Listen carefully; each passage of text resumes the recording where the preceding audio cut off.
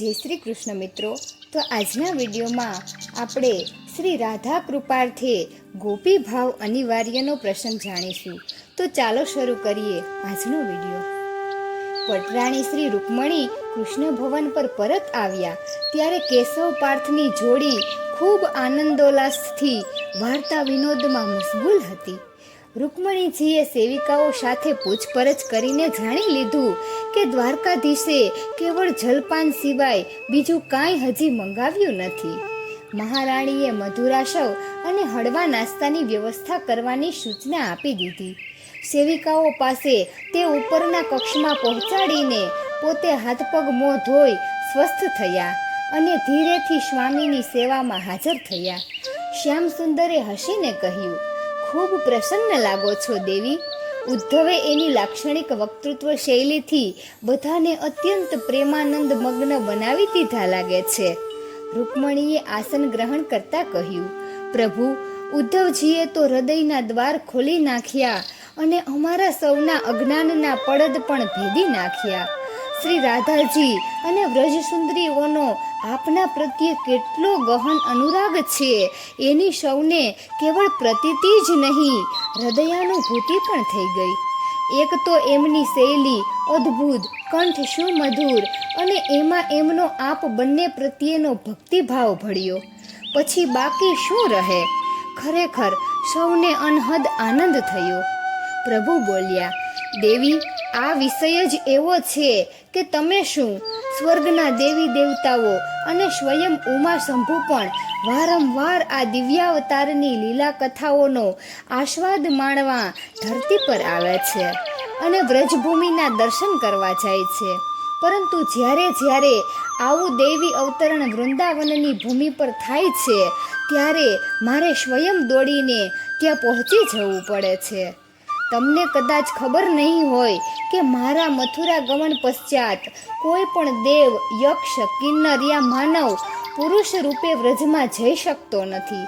કદાચ જાય તો એમનો ફેરો અફળ જાય છે, કેમ કે મારા સિવાય અન્ય તમામ પુરુષોને પરપુરુષ સમજતી ગોપાંગનાઓ એમનાથી દૂર રહે છે અને શ્રી રાધાજીની તો છાયા પણ એમની નજરે પડતી નથી.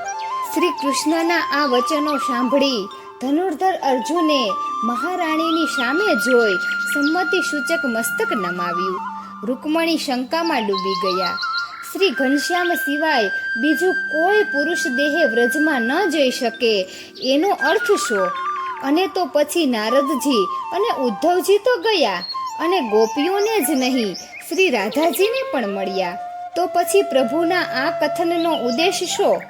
તેમણે પોતાની આ શંકા પ્રભુ સમક્ષ નિસંકોચ પ્રગટ કરી ત્યારે ભગવાને ઘટસ્ફોટ કરતા કહ્યું કે, રાણી, નારદજી વ્રજમાં જ્યારે પણ ગયા ત્યારે કા મારા કામે ગયા અને કા મારી ત્યાં ઉપસ્થિતિ હતી ત્યારે આવ્યા.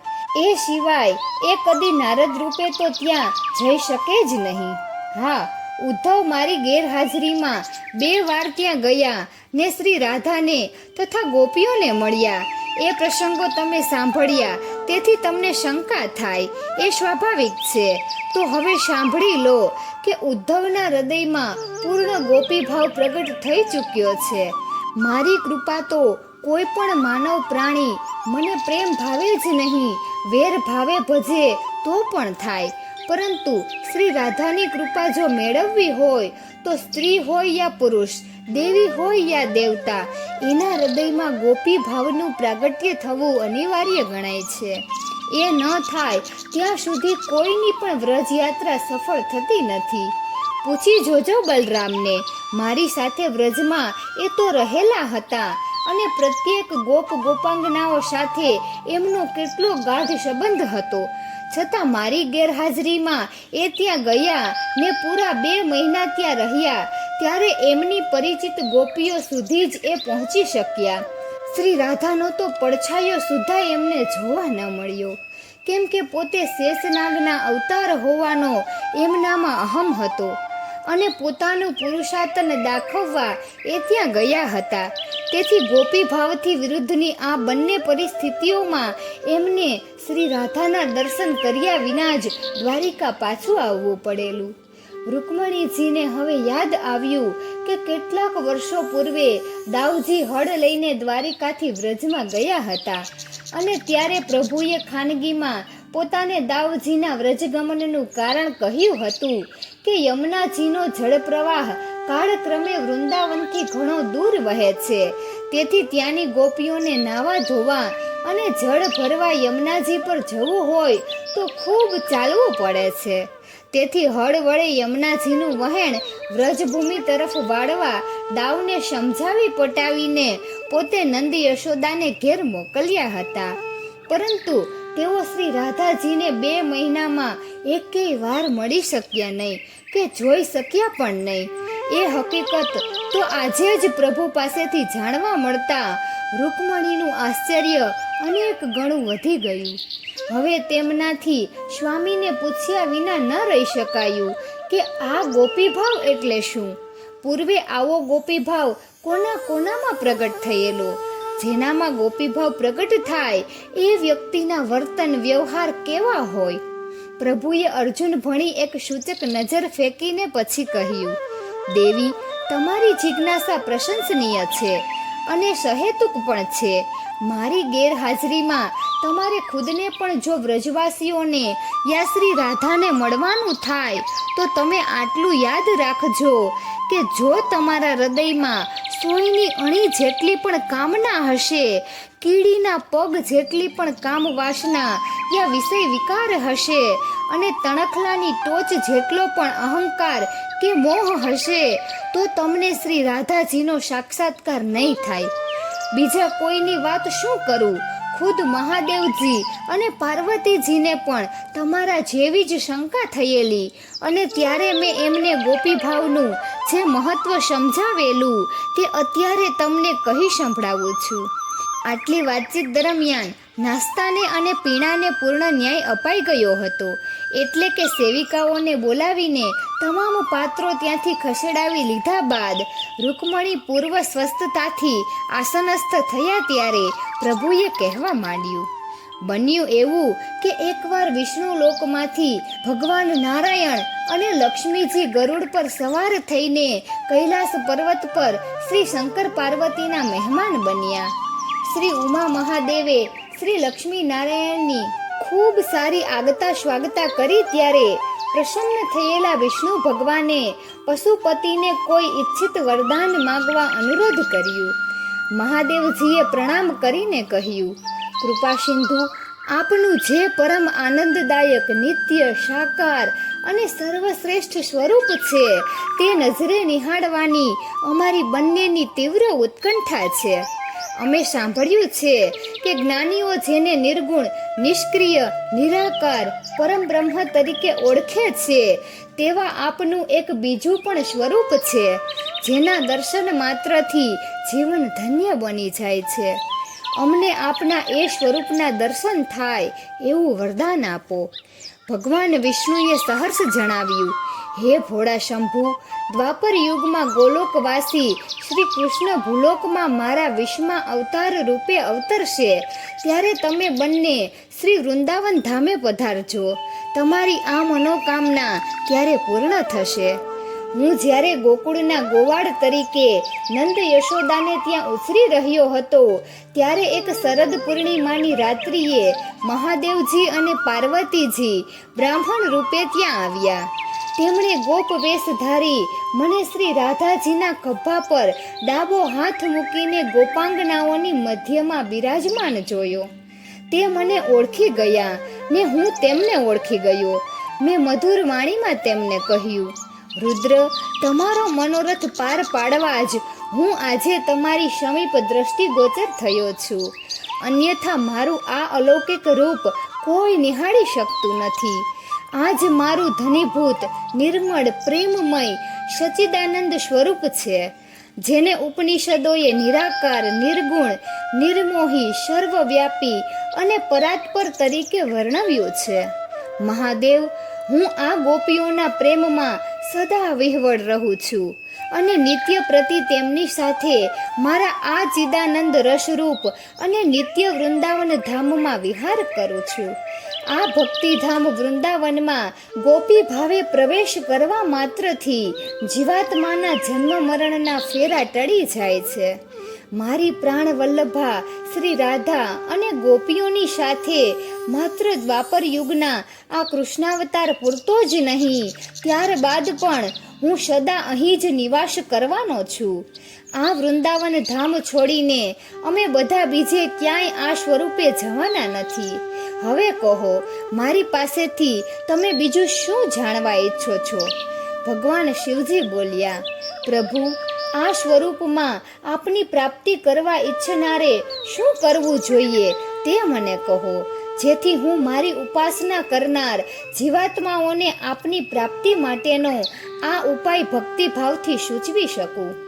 રુદ્રદેવના હૃદયની ભક્તિ જનહિતાય જિજ્ઞાસા જાણીને પ્રસન્ન થયેલા મેં કહ્યું, શંભો, તમે શુભ હેતુથી આ પ્રશ્ન પૂછ્યો હોવાથી આ અત્યંત ગૂઢ રહસ્ય હું તમારી સમક્ષ એક જ વાક્યમાં સ્પષ્ટ કરું છું કે જે ઉપાસક અન્ય તમામ સાધનો છોડી દઈને એકવાર પણ અમારા બંનેના શરણે આવી ગોપી ભાવથી અમારી ઉપાસના કરશે તો તે અમને આ સ્વરૂપે પ્રાપ્ત કરી શકશે, એમાં કોઈ સંશય નથી.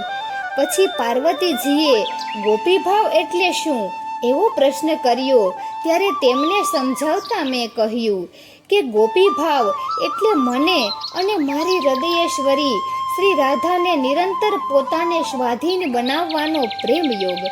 આવો ગોપીભાવ ઉત્કટ અનુષ્ઠાન દ્વારા બ્રહ્મની રસાકાર વૃત્તિને આત્મસાત કરનાર ભક્ત યોગીઓની આંતરનિષ્ઠામાંથી અંકુરિત થાય છે.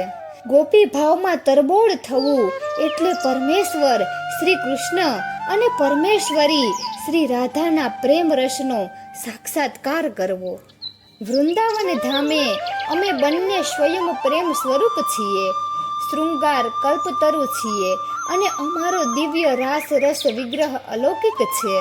માત્ર સમર્પણની વેદી પર રચાયેલા ગોપીભાવ દ્વારા જ યશોદાનંદન અને વૃષભાણ નંદીની નિત્ય રાસલીલાઓનો રસાસ્વાદ માણી શકાય છે.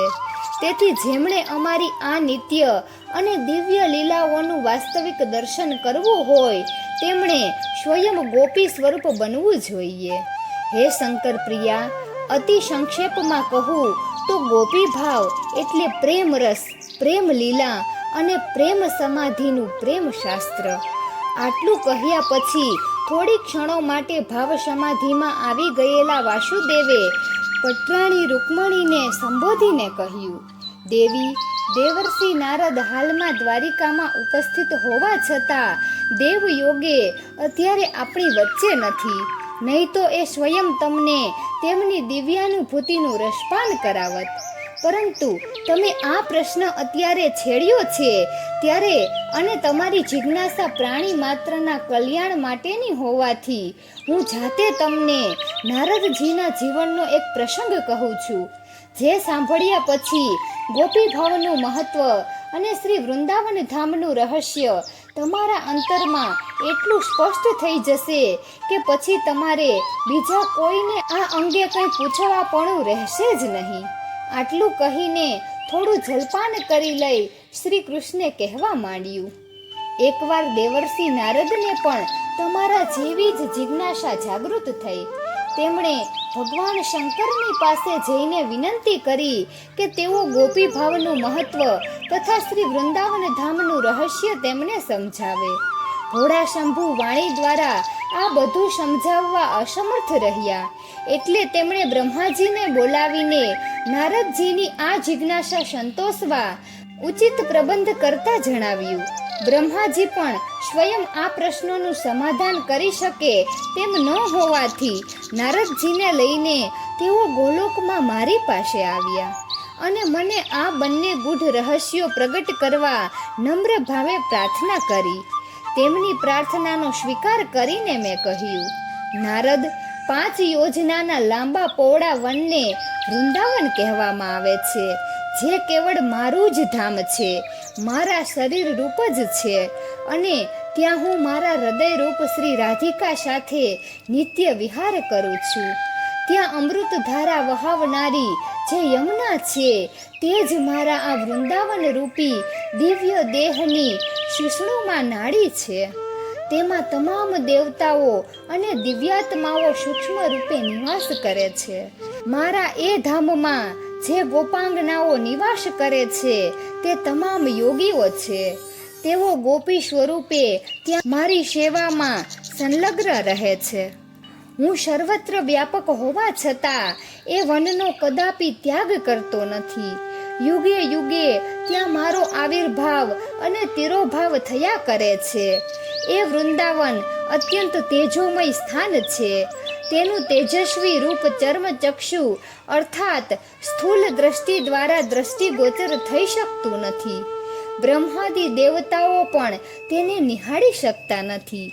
દ્વાપર યુગમાં હું જ્યારે કૃષ્ણાવતાર ધારણ કરું અને ગોલોકેશ્વરી પણ શ્રી રાધાવતાર ધારણ કરીને જ્યારે ભૂલોક પર પધારે ત્યારે તમે ત્યાં આવજો.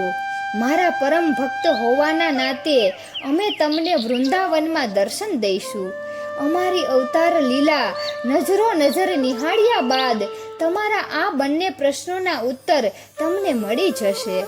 આ બાજુ જ્યારે અમે શ્રી રાધા અને શ્રી કૃષ્ણના માનવ દેહે વ્રજભૂમિમાં વિહાર કરી રહ્યા હતા ત્યારે યથાકાળે નારદજીને લઈને બ્રહ્માજી વૈકુંઠ ધામમાં ભગવાન વિષ્ણુ પાસે જઈ પહોંચ્યા.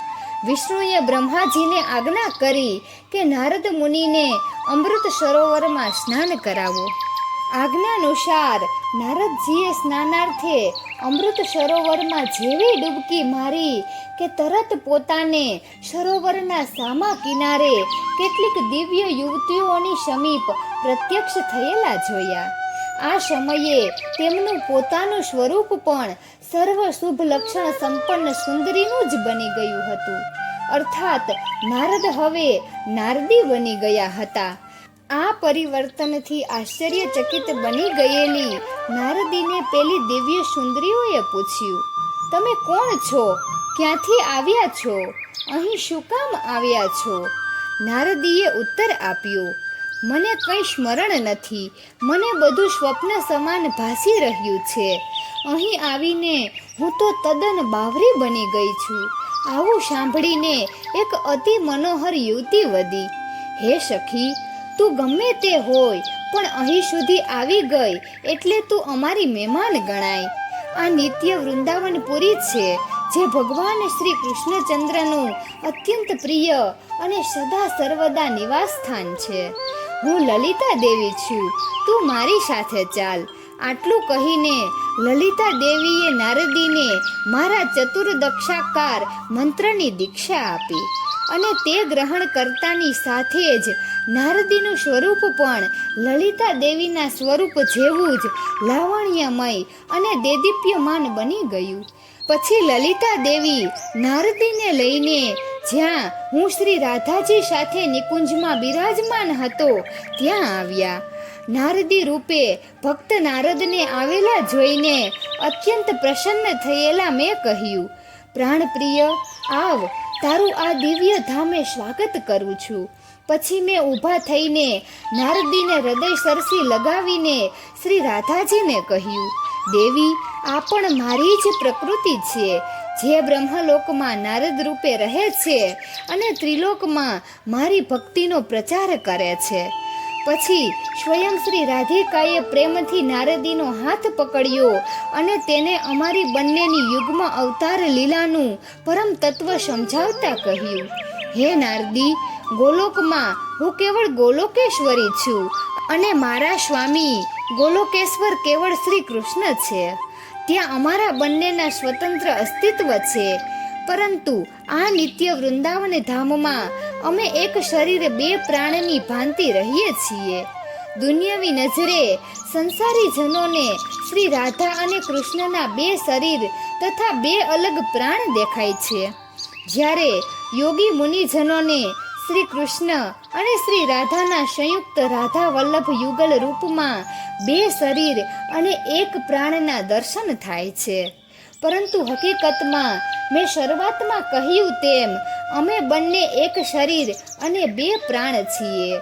અને તેની પ્રતીતિ જેમનામાં ગોપી ભાવનું પ્રાગટ્ય થાય તે જીવાત્માને જ થઈ શકે છે. આ અર્થમાં ગોપી ભાવયુક્ત જીવાત્મા અમારે મન યોગી મુનિ કરતાં પણ મહાન પુણ્યશાળી છે. ત્યારબાદ અમારું વૃંદાવન વિહારી એક શરીર બે પ્રાણનું રહસ્ય નારદીને સમજાવતા શ્રી રાધિકાએ કહ્યું, હે નારદી, હું જ પુરુષ રૂપે કામકલા સ્વરૂપ નિત્ય વાસુદેવ શ્રી કૃષ્ણ છું અને પ્રકૃતિ રૂપે દિવ્ય શૃંગાર સ્વરૂપ નિત્ય કિશોરી શ્રી રાધા પણ હું જ છું. હું અને મારા સ્વામી વ્રજેન્દ્ર નંદન વાસ્તવમાં એક જ છીએ અને અમારી વચ્ચે કોઈ દૈહિક યા ભૌતિક અંતર છે જ નહીં. આ અમારું પરમ તત્વ જે એકવાર સમજી લે છે અને ગોપી ભાવે અમારી સંયુક્ત ઉપાસના કરે છે તે દેહાવસાન બાદ ગોલોકવાસી બને છે અને અમારી નિત્ય રાસલીલાના સહભાગી બને છે. આમ નારદી રૂપે આવેલ દેવર્ષિ નારદને ગોપી ભાવનું મહત્વ, વૃંદાવન ધામનું રહસ્ય તથા અમારા યુગ્મ સ્વરૂપનું પરમ તત્વ સમજાવ્યા બાદ મારી અને શ્રી રાધિકાની આજ્ઞાથી લલિતા આદિ સખીઓ નારદીને પુનઃ અમૃત સરોવરમાં સ્નાનાર્થે લઈ ગઈ. નારદીએ જેવી અમૃત સરોવરના જળમાં ડૂબકી મારી કે તરત તેઓ સામા કિનારે પહોંચી ગયા. એટલું જ નહીં, તેને દેવર્ષિ નારદનું મૂળ સ્વરૂપ પુનઃ પ્રાપ્ત થયું. ક્યારનાય રાહ જોઈને ઊભેલા બ્રહ્માજીએ નારદજીનું સન્માન સહિત સ્વાગત કર્યું અને તેઓ તેમને વૈકુંઠ ધામમાં ભગવાન વિષ્ણુ પાસે લઈ ગયા. આ દિવ્ય કથા અર્જુન અને રૂકમણીને ખૂબ પ્રેમરસથી કહી સંભળાવ્યા બાદ અત્યંત પ્રસન્નચિત્ત થઈ ગયેલા દ્વારકાધીશ શ્રી કૃષ્ણ ઊભા થઈને ઝરૂખામાં ચાલ્યા ગયા અને થોડી ક્ષણો સુધી અનંત આકાશમાં સ્થિત વૈકુંઠ ધામને પોતાના દિવ્ય ચક્ષુથી નિહાળીને સંતૃપ્ત થયેલા અંતર્યામી શયન કક્ષમાં પાછા આવીને પોતાના છત્ર પલંગ પર બિરાજ્યા. ભાવ વિભોર અને દિવ્ય જ્ઞાન સભર થઈ ગયેલા રૂકમણી સામે અત્યંત પ્રેમથી થોડીવાર જોયા કરીને પ્રભુ બોલ્યા, પ્રિય, આજે આપણને નિરાંતે બેસવાનો જે મોકો મળ્યો છે તે આપણા આ અવતાર કાર્યનો અંતિમ મોકો છે. હવે પછી ક્યારેય આપણે આટલી શાંતિથી અને પ્રસન્નતાથી બેસી શકવાના નથી. પરમ દિવસથી આપણે ત્યાં નવગ્રહ શાંતિ યજ્ઞનો મંગલ પ્રારંભ થાય છે. એટલે આવતીકાલે તો રાત દિવસે આપણે આપણા અંગત મહેમાન સ્વજનોથી વીંટળાયેલા હોઈશું. તેથી મારી અંતરની ઈચ્છા છે કે પ્રિય અર્જુન અત્યારે તમને પોતાની એક દિવ્યાનુભૂતિ કહે, જે હું પણ સાંભળવાનો લાવો માણું. મને ખબર છે કે હજી મારે તમને તમારા એક પ્રશ્નનો ઉત્તર આપવાનો બાકી છે કે જેનામાં ગોપીભાવ પ્રગટ થાય એ વ્યક્તિના વર્તન વ્યવહાર કેવા હોય. પરંતુ પૂર્વે જેમનામાં આવો ગોપીભાવ પ્રગટ થયેલો તેમાં કોંતે પણ એક છે. તેથી એ પોતાનો સ્વાનુભવ તમને કહી દે, પછી હું તમને તમારા ત્રીજા પ્રશ્નનો ઉત્તર આપીશ. આટલું કહીને શ્યામ સુંદરે મંદ મંદ સ્મિત રેલાવીને ધનુર્ધર પાર્થ સામે જોયું. કેશવ પ્રભુની આજ્ઞાનુસાર હવે અર્જુને પોતાની અનુભૂતિ અભિવ્યક્ત કરી. યુદ્ધ પશ્ચાત એકવાર હું અને શ્રી કૃષ્ણ રથારૂઢ થઈને ફરવા નીકળ્યા હતા. ફરતા ફરતા અમે યમુના તટ પર આવ્યા અને ત્યાં એક વૃક્ષ નીચે મુકામ કર્યો.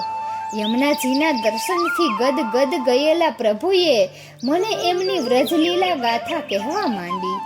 નંદકિશોર, માખણ ચોર, રાસ વિહારી રાધેશ્યામની એ બાળ લીલાઓનું શ્રવણ કર્યા બાદ મારા મનમાં પણ કેટલીક જિજ્ઞાસાઓ જાગૃત થઈ. મેં ઘનશ્યામને પૂછ્યું, પ્રભુ, આ ગોપીઓ વાસ્તવમાં કોણ છે? એમનામાં રહેલ ગોપી ભાવનો મહિમા શો છે? ત્યારે ઋષિકેશે મને સમજાવ્યું કે ધનંજય, જે પ્રૌઢ ગોપીઓ છે તે સાક્ષાત શ્રુતિઓ છે. વેદની ઋચાઓએ ગોપ કન્યાઓનો અવતાર ધારણ કરેલો છે. એ રીતે કેટલીક દેવ કન્યાઓ પણ ગોપીઓ તરીકે પ્રગટ થઈ છે. વળી તપશ્ચર્યામાં લાગેલા મુમુક્ષુ ઋષિઓ ગોપબાળ તરીકે પ્રગટ થયા છે. આમ આ સમસ્ત ગોપાંગનાઓ યશોદા મૈયા અને નંદરાય શુદ્ધા કોઈ સાધારણ માનવતાઓ છે જ નહીં.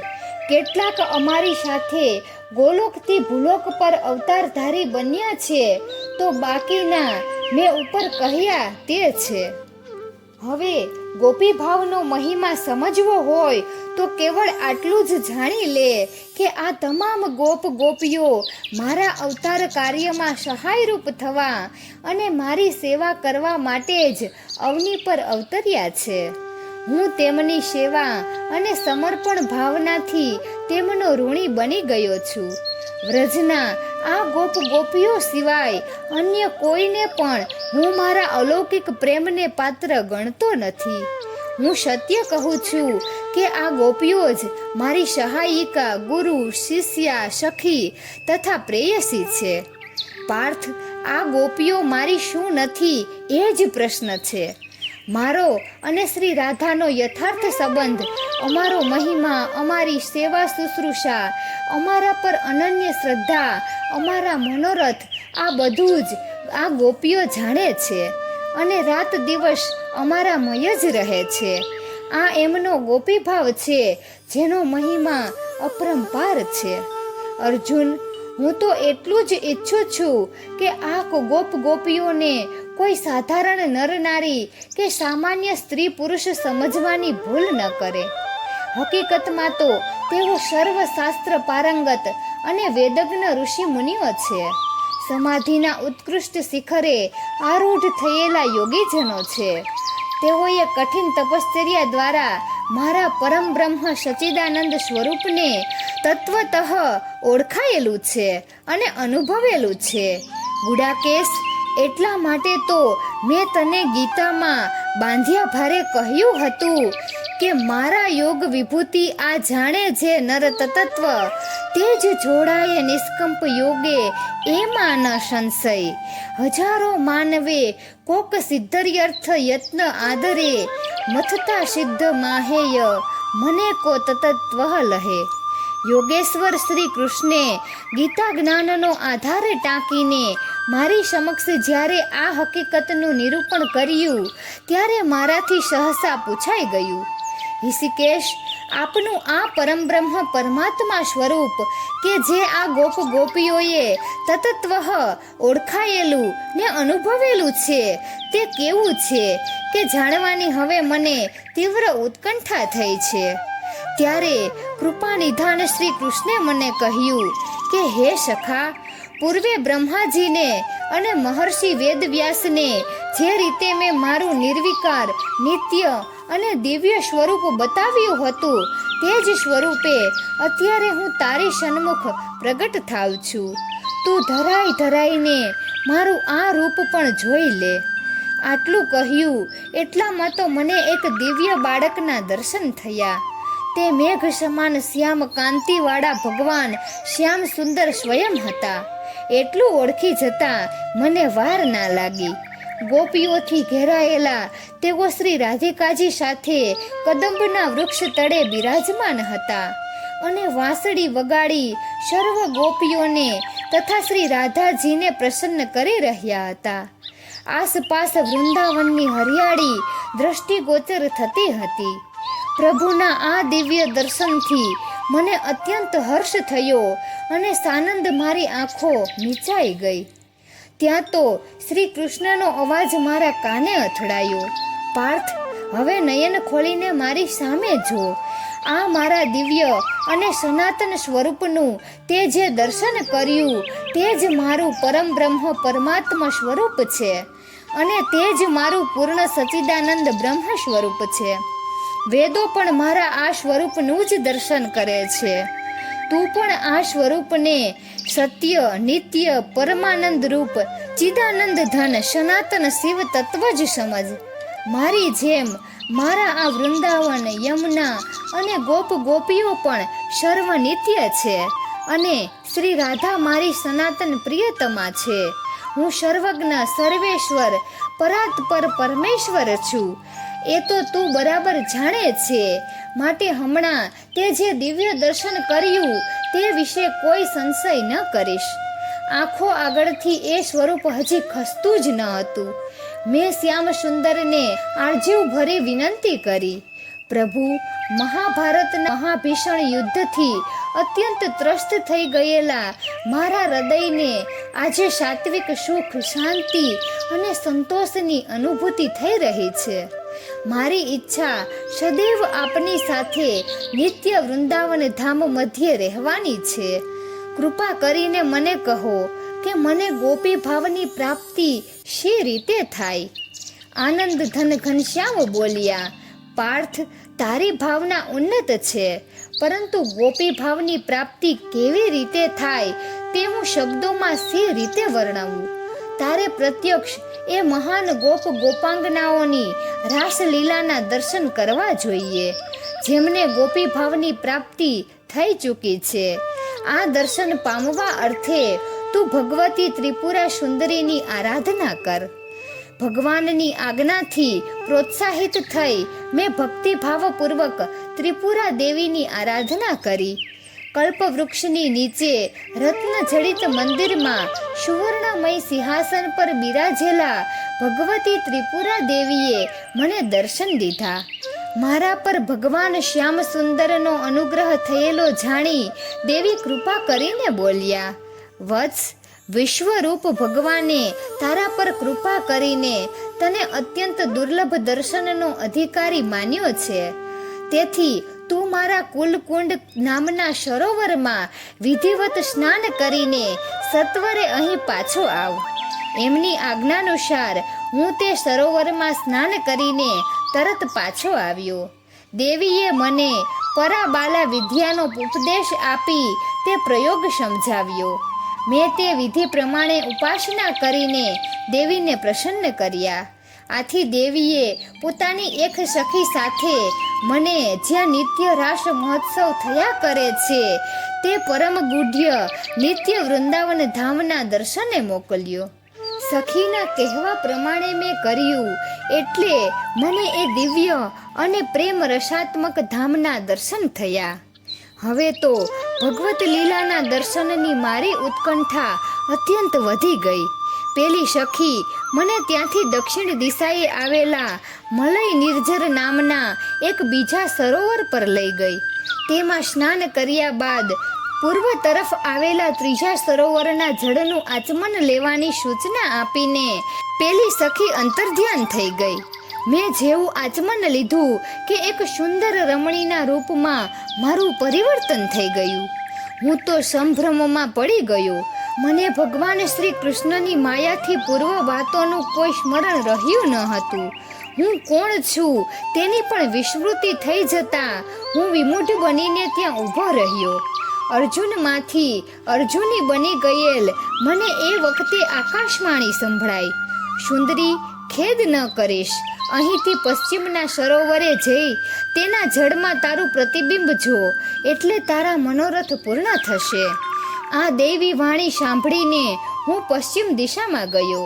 થોડા જ સમયમાં હું એક દિવ્ય સરોવર પર પહોંચી ગયો. તેના શોભાયમાન ઘાટ પર સ્ત્રી વેશે બેસીને હજી તો હું જળમાં મારું પ્રતિબિંબ જોઉં છું ત્યાં તો મને કાંસ, મંજીરા વગેરેથી મિશ્રિત કિંકણી જેવો મધુર ધ્વનિ સંભળાવા લાગ્યો અને જોત જોતામાં અદ્ભુત યૌવન સંપન્ન દિવ્ય વનિતાઓનું એક વૃંદ ત્યાં આવી પહોંચ્યું. તેમાંની એક વનિતાએ મને કહ્યું, સુંદરી, તું કોણ છે? કોની પ્રિયા છે? તું અહીં શી રીતે આવી? મેં તેને સરોવર સ્નાન બાદ કરેલ જળ આચમનથી પ્રાપ્ત થયેલ નારી દેહની અને મને સંભળાયેલ દેવી વાણીની વાત કરીને કહ્યું. બસ, આ સિવાય મને બીજું કાંઈ યાદ નથી. ત્યાર પછી મેં એ અતિ રમણીય સુંદરીને એનો પરિચય પૂછ્યો તો તેણે પોતાનું નામ પ્રિયમુદા જણાવીને કહ્યું, અમે સર્વે વ્રજ વનિતાઓ છીએ.